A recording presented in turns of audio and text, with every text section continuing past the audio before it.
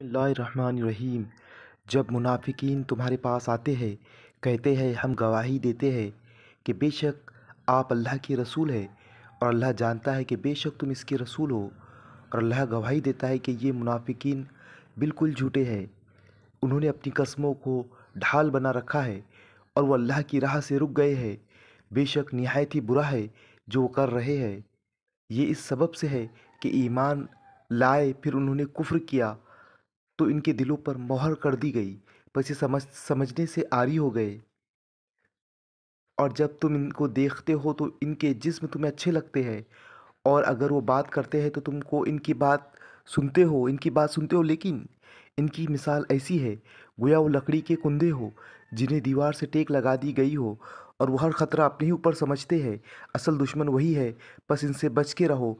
अल्लाह इनको गारत करे किस तरह इनकी अक्ल उलट गई है।